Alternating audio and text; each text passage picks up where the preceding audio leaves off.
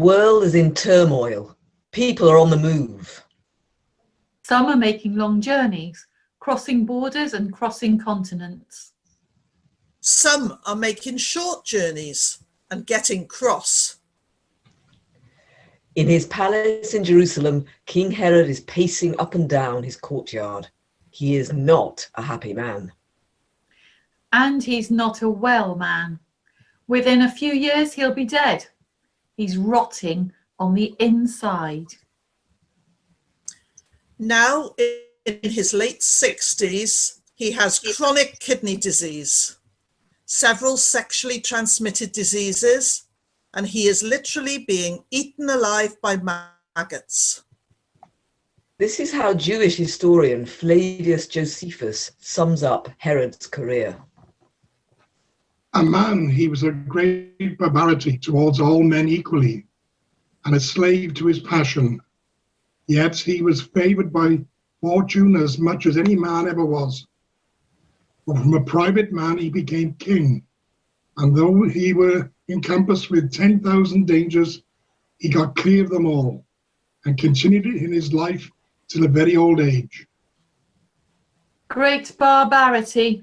Here is a man who married 10 times and murdered 3 of his own sons out of paranoid rage. This is how Professor Paul Meyer from Western Michigan University puts it. The main problem was he married too often, and each wife produced princes who schemed to be number one. It turned Herod into a tyrant, and the house of Herod into a can of worms. Herod had a habit of killing his enemies, even when they were members of his own family. He was loathed by religious purists who thought he had polluted their faith, and also by the zealots who accused him of being corrupt and weak in the same measure. Look, this is how power works. It's all about winners and losers. I am Herod the winner, not Herod the loser. I'm Herod the Great, and I'll terminate anyone who gets in my way. What do we want? We want our sovereignty back. We're tired of giving all our money to those unelected bureaucrats in Rome. No more foreigners living in our country. Let's break away from Rome. Freedom for Judea. We want Jexit. What is it with these peasants? They just don't understand that we're all Romans now. If Caesar says jump, well, the only question we can ask is how high? And if I can cream some of the profits off for myself, well, that's all for the best. It's all kicking off in the troublesome northern province of Galilee. Arson, riots, and insurrection. King Herod is not having any of it. Look, there is only one king of the Jews, and that's me. There's only one son of God, and that's Caesar. What this country needs at this time is law and order. Woe to anyone who thinks differently. There's only room for one king in this country, and that's me, and me alone. There's revolution in the air. Men like Judas in Galilee, Simon to the east in Perea, beyond the Jordan, and Athronges to the south in Judea, all have a powerful following. And as Herod the Great lives out his painful couple of years, his mind is wrecked by insecurity, jealous rage, and an absolute determination to quash any uprising, whatever the cost. There are riots throughout the land, and in Jerusalem, 2 leading Jewish scholars perform an act of treachery against the king. They enter the temple, hacking and smashing the giant golden eagle, the symbol of imperial Rome, erected by Herod in honor of his paymasters. It's during this period that the governor of Syria sends 3 legions, apart from numerous auxiliary troops, all the way to Jerusalem to crucify 2,000 rebels outside its walls before Roman dominion was once again securely established. And if Herod is restless, then so is Caesar Augustus, Emperor of the Roman Empire and self-proclaimed Son of God. What is it with those peasants? They live in a dust bowl on the edge of giant deserts, and they have the temerity to blame me for their miserable lives. They have the nerve to ask, what have the Romans ever done for us? I'll tell you what, decent wine, a legal system, running water, roads that actually get you out of their God-forsaken hovels, and the chance to worship me. They can even keep their local gods as long as they bow before me. So he orders Quirinius, governor of Syria, to conduct a census, to find out who's who and to squeeze more taxes out of this troubled region. The Gospel according to Luke chapter 2, verses 1 to 3. Now in those days a decree went out from Caesar Augustus that a census be taken of all the inhabited earth. This was the first census taken while Quirinius was governor of Syria, and everyone was on his way to register for the census, each to his own city. The census provokes an uprising in the north, led by someone called Judas the Galilean. This is how best-selling author and screenwriter Reza Asler describes the impact of the census. To be voluntarily tallied like sheep was, in Judas's view, tantamount to declaring allegiance to Rome. It was an admission that the Jews were not the chosen tribe of God, but the personal property of the emperor. It was not the census itself that so enraged Judas and his followers. It was the very notion of paying any tax or any tribute to Rome. What more obvious sign was needed of the subservience of the Jews? The new city of Sepphoris, home to Herod the Great, was torched and many people killed.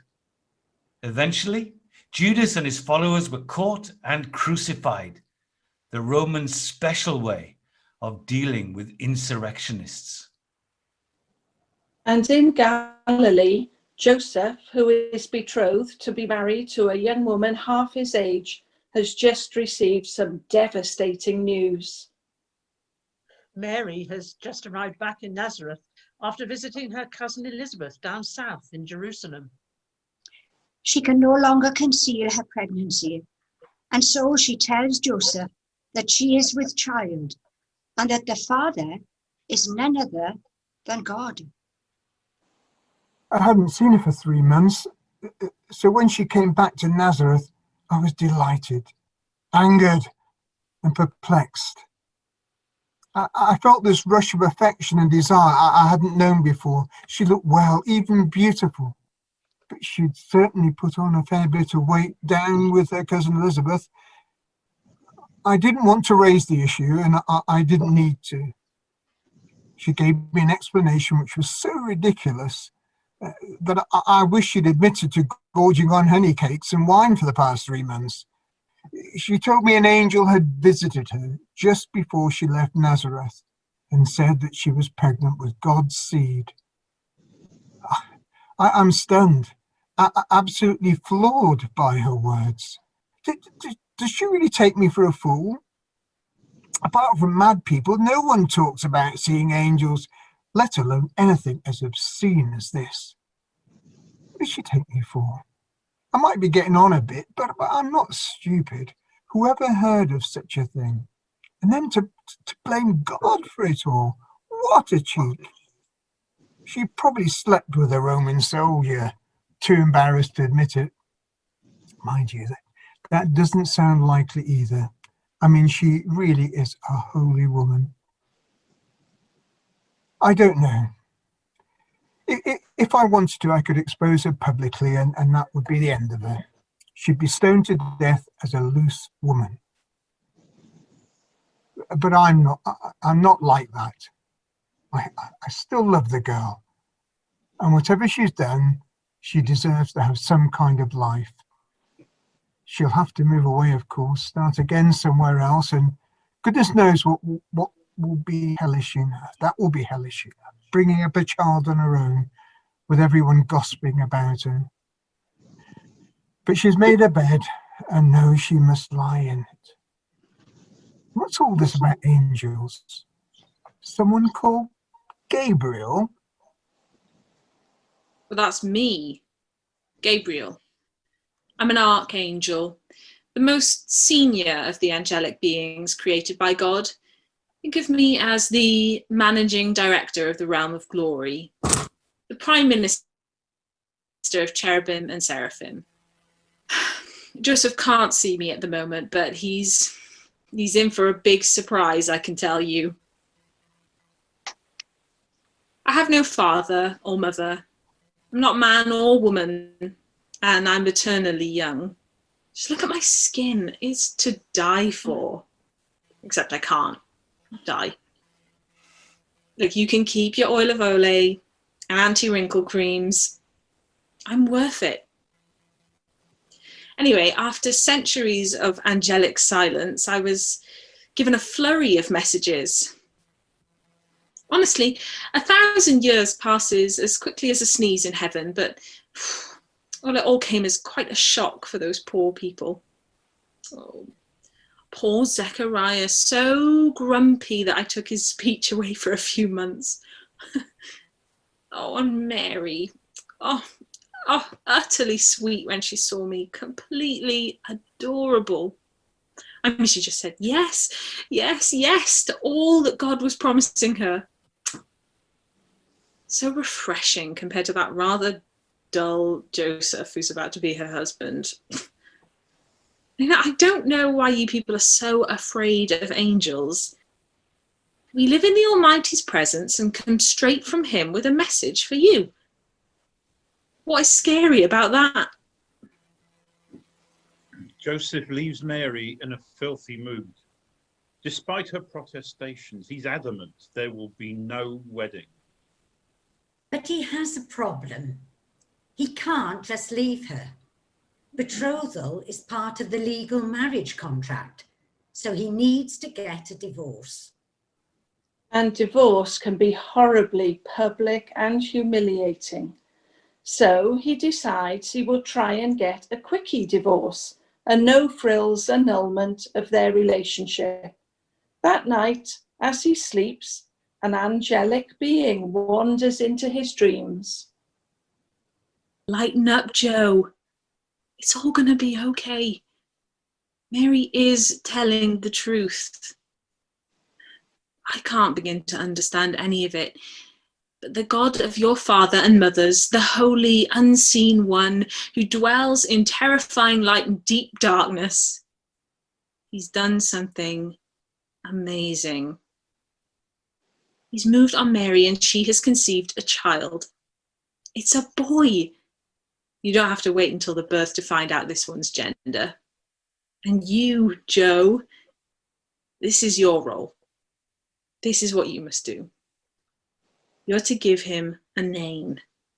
Not one of those fancy new names that are fashionable, but a really solid one from the past.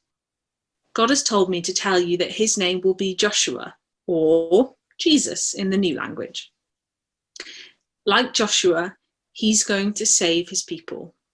All the misery, gloom, disappointment, fear, anger, anxiety, injustice, Jesus is going to fix it. You're bigger than this. What would your relative, King David, make of your petty-minded ways? You've got to start believing Mary. She really is pregnant with God's baby. And he is not going to take kindly to divorce. And when he wakes up, Joseph feels different about everything. Like Ebenezer Scrooge. He's like a man who has encountered a ghost. God, I've met an angel and I'm still alive. It's going to be all right. Everything is part of God's weird providence. We're going to have a baby and he's going to make everything better. I must go and tell Mary. He's a changed man. Yesterday he was so angry and grumpy with me. He told me that it was all over and that I was finished, whatever happened. Well, I went home crying and I told my mum and dad, and that was even worse. I couldn't sleep a wink. If ever I needed a bit of angelic reassurance, it was last night, I can tell you. But today, Joseph rushed over to my house. He looked like he'd been crying. He said he loved me and he asked me to forgive him. Of course I do, you daft shekel, I said to him. And then this happens. It was posted up on the school wall from the Roman Emperor himself. He tells us we have to go back to where our families come from.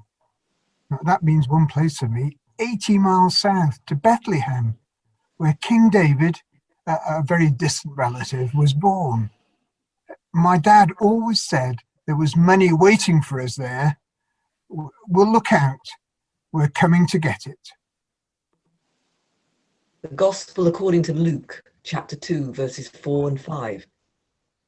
Joseph also went up from Galilee, from the city of Nazareth, to Judea, to the city of David, which is called Bethlehem, because he was of the house and family of David. The prophet Micah, chapter 5, verse 2.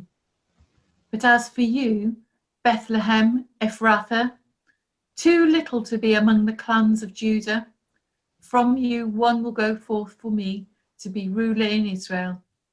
His goings forth are from long ago, from the days of eternity.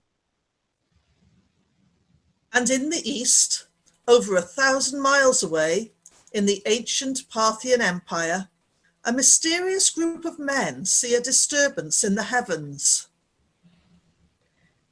The Gospel according to Matthew, chapter 2, verse 2. Where is he who has been born King of the Jews? For we saw his star in the east and have come to worship him. Matthew describes these men as magi, from which comes the word magic. The Magi were the priestly caste of a religion called Zoroastrianism. Zoroastrianism was an ancient religion that promoted the belief that there was one creator God who presided over a cosmos where good and evil were constantly at war.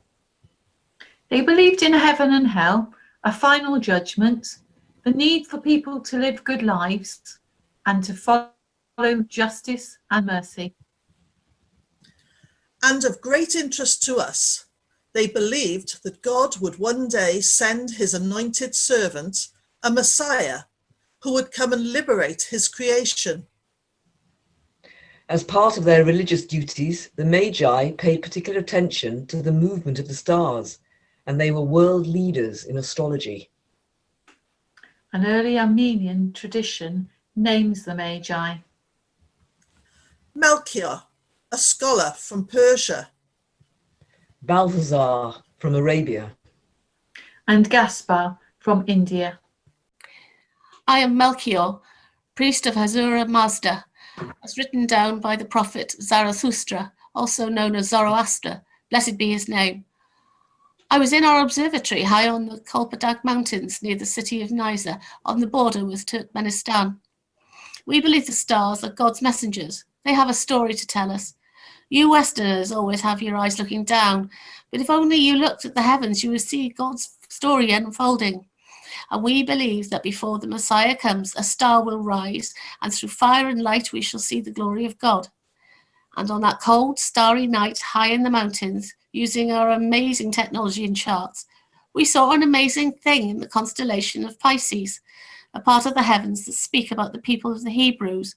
In that place, I saw the planets Jupiter and Saturn lining up together.